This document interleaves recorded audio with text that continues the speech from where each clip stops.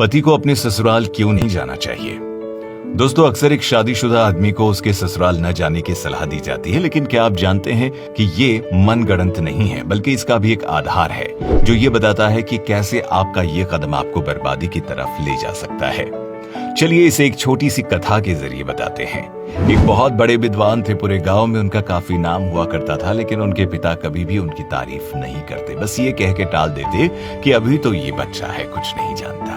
एक दिन इस बात से परेशान हो उसने अपने पिता को कुल्हाड़ी से काटने का फैसला किया और रात में कुल्हाड़ी लेकर उनके कमरे के बाहर पहुंच गया। दरवाजे पर पहुंचते ही उसे अंदर से अपनी माँ की आवाज आई। वो अब उसके पिता से इसी विषय पर बात करते हुए पूछ रही थी कि हमारा पुत्र इतना बड़ा विद्वान बन गया है, पूरे गांव में लोग उसकी कुशलता की चर्चाएं करते नहीं थकते, फिर तो वो आपका पुत्र है, आप क्यों उसकी प्रशंसा नहीं करते। फिर उसके पिता मुस्कुराते हुए बोले, अरे भाग्यवान, मैं जानता हूँ वो बहुत कुशल है, लेकिन मैं नहीं चाहता कि उसके अंदर इस बात का थोड़ा सा भी अहंकार आए, लेकिन हाँ, पीठ पीछे उसकी तारीफ बहुत करता हूँ। ये सुनकर वो ज्ञानी पुरुष भाव विभोर हो गया और अपने पिता के चरणों में गिरकर क्षमा मांगते हुए बोला, पिताजी कृपया करके आप मुझे माफ कर दीजिए, मैं भटक गया था, अपने पिता को मारने जैसा घोर पाप का ख्याल मेरे मन में आया, आप मुझे इस कदम के लिए सजा दीजिए। पहले तो पिता ने मना किया, किंतु बेटे के बार बार कहने के बाद पिता ने बेटे से बोला, बेटा चलो ये बताओ तुम्हारा सबसे ज्यादा सम्मान कहाँ होता है। बेटे ने उत्तर दिया, पिताजी ससुराल में। तब पिताजी बोले, बेटा ठीक है, तुम अब से 6 महीने तक अपने ससुराल में ही रहोगे, यही तुम्हारी सजा है। फिर क्या था, वो ज्ञानी पुरुष अपनी पत्नी के साथ अपने ससुराल रवाना हो गया।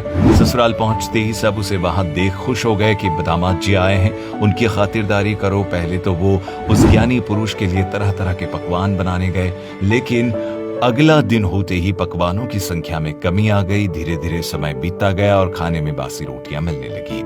यही नहीं, उनसे ससुराल वाले गाय को चराने और गोबर उठाने जैसे काम कराने लगे। उनकी पत्नी को ये सब पसंद नहीं आया। उन्होंने आकर अपने पति से बात भी की कि इतने ज्ञानी होकर आप ये अपमान क्यों सह रहे हैं, चलिए हम अपने घर वापस चलते हैं। पर उन्होंने जाने से मना कर दिया। जाते भी कैसे, पिता को वचन जो दिया था। एक दिन की बात है, वो विद्वान व्यक्ति शांत बैठे एक श्लोक लिख रहे थे, तभी वहां उनकी पत्नी पहुंची। उन्हें देखते ही बोलने लगी, आप श्लोक बना रहे हैं, मत बनाओ इन्हें, इनका कोई अर्थ नहीं है, इनकी कोई कीमत नहीं है। तभी वो बोले, ऐसा नहीं है, मेरे एक एक श्लोक की बहुत कीमत है, चाहे तो इसे आजमा लो। पति की ऐसी बातें सुनकर पत्नी उस श्लोक को लेकर बाजार में बेचने निकल गई। सब वहां खाने पीने की वस्तुएं, वस्त्र इत्यादि बेच रहे थे, तो वो खोज पत्र में श्लोक बेच रही थी। सब उसके पास आते और कीमत पूछते तो वो बताती 1 लाख स्वर्ण मुद्राएं।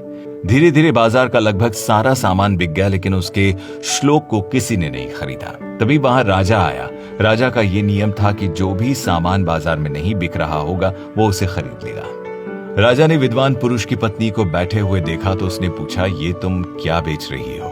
तो उसने जवाब दिया, ये श्लोक है जो मेरे पति ने लिखा है। राजा की कीमत पूछने पर पत्नी ने उसे 1 लाख स्वर्ण मुद्राएं बताया।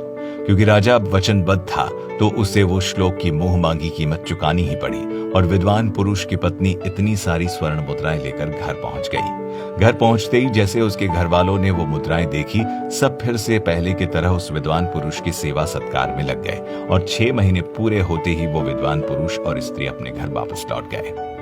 तो दोस्तों, इससे ये साफ हो जाता है कि ये दुनिया धन की संगी है। यहाँ कोई किसी का सम्मान नहीं करता। सम्मान करता है तो उसके पद का, उसकी संपत्ति और उससे होने वाले लाभ का। बहुत कम लोग होते हैं जो आपकी वास्तविकता के साथ आपको अपनाते हैं। इसीलिए जो पति ये समझते हैं कि ससुराल में उनका बहुत आदर सम्मान हो रहा है, तो उनके लिए ये जानना बहुत जरूरी है कि सम्मान भी थोड़े दिनों तक ही होता है। वो कहावत तो आपने सुनी होगी कि दूर के ढोल सुहावने लगते हैं। इसीलिए जितनी आप दूरी बना के रखेंगे उतना ही सम्मान आपको मिलेगा। आप इस बारे में क्या सोचते हैं, हमें नीचे कमेंट करके जरूर बताएं।